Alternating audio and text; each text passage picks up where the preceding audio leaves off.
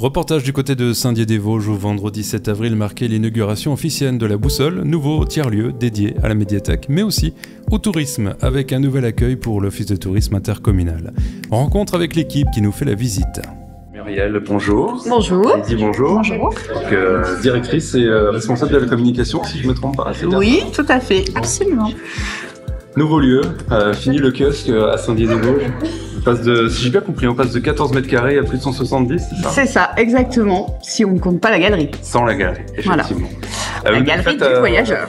Un petit peu visiter, peut-être, savoir ce que les directeurs et visiteurs vont voir maintenant, on peut s'en déporter à la Boussole. Alors qu'est-ce qu'ils vont voir? Ils vont voir une vitrine, une belle vitrine, comme tu le vois, de la destination touristique, Ouais. donc qui part du territoire le plus grand du massif des Vosges pour arriver vers la carte touristique du Sirtès et ici la destination touristique destination Vosges-Porte d'Alsace. Voilà, donc vous pouvez maintenant exposer, mettre en valeur largement la destination, les centres d'intérêt. Nos socioprofessionnels, nos producteurs locaux avec qui on travaille en partie. C'est-à-dire que dans l'espace-là, tu trouveras plus précisément tout ce qui est relié à la nature. Ici, tu trouveras plus spécifiquement ce qui est lié vraiment à la destination. Et au patrimoine. Et au patrimoine. Et là, tu trouveras les espaces liés à la gourmandise, avec mon collègue qui sont en charge de vendre nos produits locaux. Tu vois, en nombre conséquent. Tu trouveras un service aussi en toute autonomie. Là, tu peux compléter. On a des supports de communication qui permettent aux visiteurs, notamment, de trouver l'information en toute autonomie. Et une tablette très interactive. On va voir ça d'un peu plus près. Si tu veux, je... Donc ça fait partie d'un des outils numériques à disposition dans l'Office de tourisme. Donc c'est une carte interactive qui permet effectivement de naviguer sur le territoire et qui permet de visualiser les points d'intérêt, les centres d'intérêt sur notre territoire. Donc on avait à l'époque sélectionné une vingtaine de points d'intérêt majeurs. Donc quand on clique dessus, on a une petite vidéo qui se met en route et qui permet en fait de mettre le visiteur en situation directement. Donc ici le musée Pierre-Noël, par exemple. Et donc le visiteur va pouvoir glaner un certain nombre d'informations donc qui remontent de notre base de données selon des thèmes que l'on a définis. Donc par exemple la randonnée avec un guide à pied en VTT éventuellement. Et on a ici l'ensemble des circuits de randonnée qui sont possibles de faire sur le territoire avec toutes les informations sur la randonnée. On les visualise. Et on les visualise donc sur la carte, le point de départ en l'occurrence. D'accord. En parlant de randonnée, je crois ça, vous allez proposer plus de randonnées vers les familles, c'est ça? Oui, puisque nous sommes une destination qui se veut terre de famille. Donc on travaille avec le département des Vosges pour mettre en place cette charte-là. Donc on labellise un certain nombre de socioprofessionnels en fonction de grilles de critères. Et voilà, donc on essaye de prôner pour justement avoir des axes liés à la famille. Que ça soit des parcours, que ça soit des hébergements, que ça soit des restaurants, etc. Il faut vraiment qu'on trouve des leviers pour attirer plus de familles encore sur notre territoire. Mettre en valeur aussi des endroits touristiques un peu peut-être méconnus comme les lacs, ce genre de choses. Oui, complètement. Complètement d'accord.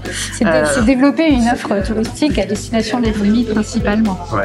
Donc combler ce manque-là. Alors l'Office de tourisme fait un certain nombre de développements en créant notamment des circuits poussettes ou des jeux d'aventure comme l'Explore Game par exemple qui est disponible à Moyenmoutier et à Corcieux. Donc c'est des jeux d'exploration, d'aventure sur tablette à destination d'un public jeune, famille. Et effectivement, c'est d'inciter les sociopros et les partenaires à entrer dans une démarche engagée envers les familles au travers des prestations qu'ils proposent sur leur site touristique propre. C'est-à-dire que vous visez aussi bien les Déodaciens, la Déodacie et les visiteurs extérieurs. Exactement. Vous êtes sur toutes les échelles. Oui, tout à fait. Et en parlant des différents partenaires, là on pense de gastronomie, ça peut encore augmenter ou comment ça se passe d'ailleurs? Qui vient voir, qui l'accueil Alors, c'est au niveau des producteurs, on sélectionne quand même des producteurs vraiment du territoire. Hein. La majorité des produits sont sélectionnés par la responsable boutique avec son équipe, et c'est l'un vers l'autre. Ça dépend. Enfin, il n'y a pas de. Ce qui est sûr, c'est que là maintenant, dans ce nouvel accueil, vous avez vraiment de quoi les mettre en valeur. Clairement. Ouais. Tout à fait, beaucoup plus d'espace effectivement, et puis une présentation qui est davantage Lumineuse. agréable et Lumineuse. Absolument. En termes d'ouverture, jour-heure, c'est comme avant ou il y a un peu de changement? Non, il n'y a pas de changement du tout. Les horaires sont similaires à celles du kiosque. Donc, c'est-à-dire que en été, on est sur une amplitude horaire du lundi au dimanche inclus, et jour férié. Et le reste de l'année, c'est du lundi au samedi, voire le dimanche matin en période plus printemps. Et printanière. Voilà. Et on rappelle que là, évidemment, on a un nouveau centre, on a un nouveau point d'accueil, mais il y en a sur tout le territoire, toute la Dieu-d'Acier. Oui, tout à fait. On a 6 bureaux d'information touristique sur la totalité du territoire qui maillent vraiment notre territoire. Quoi. Ouais. Donc on a Senones, Raon-l'Étape, Fraise, Corcieux et Plainfin, en plus de Avec des jours spécifiques à chaque centre d'ouverture d'accueil. Oui, tout à fait. Alors c'est vrai que Saint-Dié et Plainfin sont calqués de la même manière en termes d'horaire. Les autres bureaux sont calqués, en fonction de la saisonnalité, en fonction de la saisonnalité. Et du nombre de visiteurs et de la fréquentation touristique sur l'hiver. Voilà. Et les visites guidées aussi, on n'en a pas parlé, il y en a évidemment. Évidemment.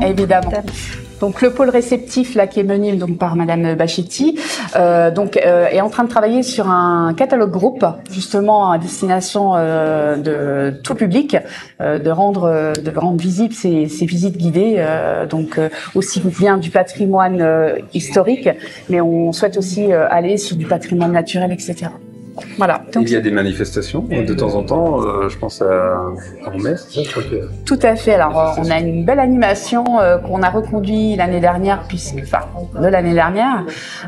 c'est Mai à vélo. Donc, c'est mettre en lumière les voies vertes de la communauté d'agglomération.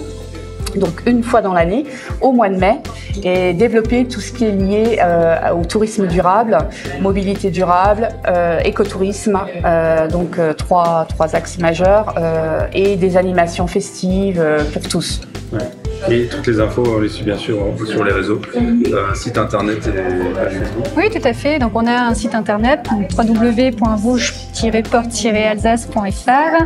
Sur les réseaux sociaux également, donc Instagram et Facebook. Et on a possibilité également à ceux qui le souhaitent d'envoyer ces listes de manifestations de façon hebdomadaire via une newsletter. Donc, il suffit de s'inscrire, c'est gratuit. Voilà, c'est parfait. Bienvenue chez vous alors. Merci. Merci et bienvenue. Merci.